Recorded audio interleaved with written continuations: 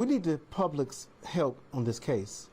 We have a situation where a 9-year-old was at Michael's Arts and Crafts store on Telegraph and 12 Mile on Wednesday, October 22nd, right around 7:40 p.m.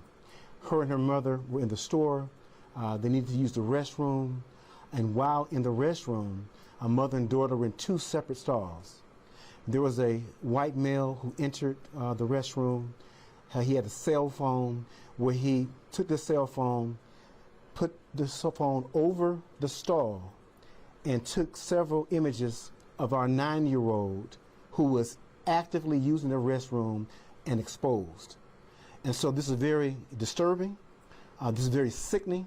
And we need the public's help in identifying the suspect. Southfield police detectives did arrive at the Michaels. We were able to obtain video of our person of interest who entered the store, and then you'll see images of him exiting the store. He described as a middle-aged white male wearing a white sweatshirt, white gym shoes. What's key in this case, our 9-year-old and her mother did notice the arm come over the stall, which was a white hand, and they saw a black shirt.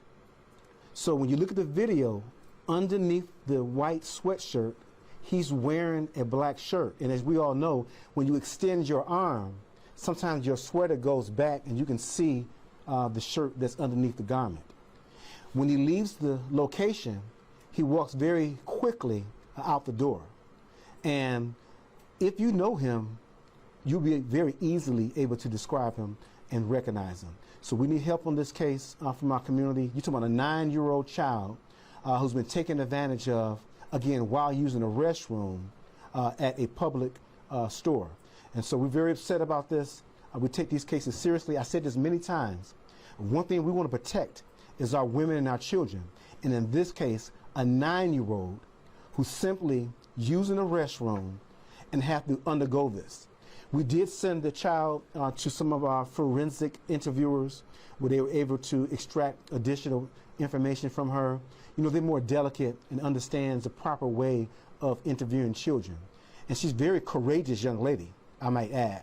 I did have an opportunity to sit down with her and her mother. In fact, as you all know, they're here with us for this conference.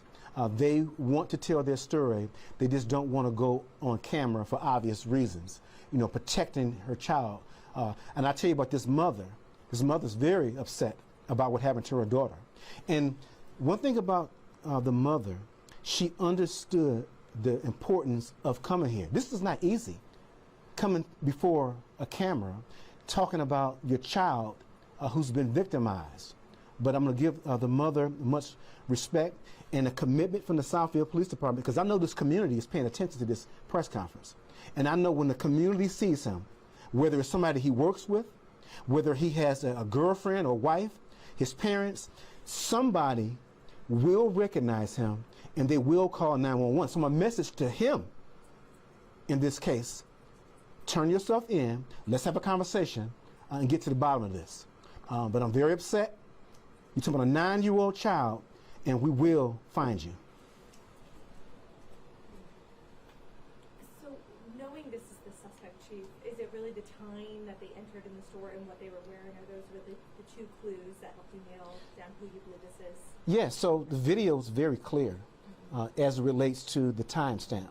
Mom immediately called 911. We were able to determine during that time frame of this incident who came in and who left the store.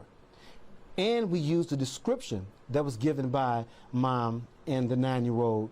And I point out again, the hand, that black sleeve, the white shoes, all of these things you're going to see in the video.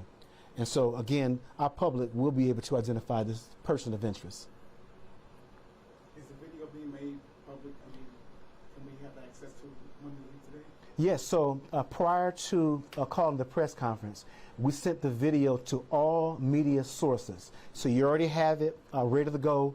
It's just a matter of you putting together sound from me, sound from the mother, and that precious 9-year-old who was victimized, and then getting this out to the community as soon as possible, because again, we want our suspect, our person of interest, to again come have a conversation with us.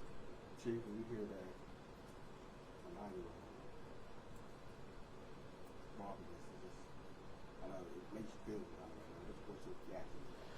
Yeah, when I read the report, you know, it was very upsetting to learn that the 9-year-old female, some of her comments about how she felt when that took place. That's very emotional to see a 9-year-old experiencing things at this age that she should not have to go through. And then for her mother to have to explain this to her. Why would a grown man take a cell phone, launch it over the stall, and take several pictures? Again, this 9-year-old is very smart. Although there was no flashes, she heard the clicks that came from the phone. And she was very detailed on what happened and gave our police officers and our detectives a great account for what took place. And also, going back to the mother, when she heard her daughter scream, "Mommy, cell phone, camera," the mother immediately started looking underneath the stall as well to see any information she could gather. And so again, I'm just so proud of this mother for protecting her daughter, getting law enforcement involved as soon as possible. And again, I'm going to keep beating the drum on this, having the courage to come here and tell the story, because the mother knows, like I know, the community is not going to tolerate this. And I guarantee you, our community is going to step up. And we're going to bring justice for Mom and our 9-year-old. I'm just wondering, did any of the employees recognize this guy or see him before? Yeah, so it looks like it's somebody they had not seen before.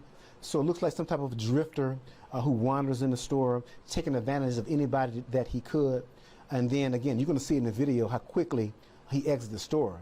And you're going to say, yep, that's him. He did something that he knew he had no business doing. Also, and I'll let Mom share an account with you, something that she observed. But when Mom speaks off camera, I want her to explain to you what she saw as the suspect, or, as I be politically correct, the person of interest as he leaves out of the store, what he did.